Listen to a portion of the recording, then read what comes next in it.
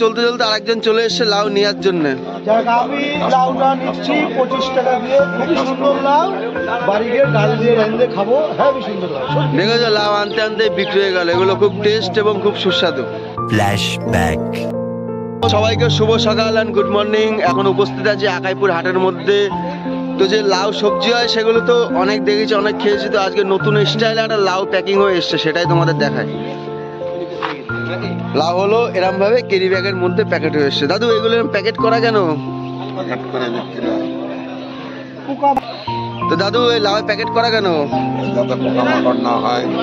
আচ্ছা তাহলে এখন দেখো, মানুষদের সুবিধার জন্য চাষিরাও কার কত অ্যাডভান্স হয়ে গেছে যে লাউ প্যাকিং করে আনছে, যাতে তাদের পোকা বা কোনো দাগ না পড়ে, যাতে মানুষের কাছে ভালোভাবে পৌঁছায়। তো এরকম লাউ নিতে গেলে শুধুমাত্র আকাইপুর সবজি ভান্ডার সমিতির হাটাই এই লাউ পাবে।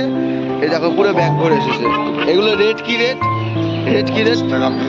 আচ্ছা, এক একটা পিস 25 টাকা করে। কেউ নিতে ইচ্ছুক হলে আকাইপুর সবজি ভান্ডার সমিতির হাটে চলে আসো।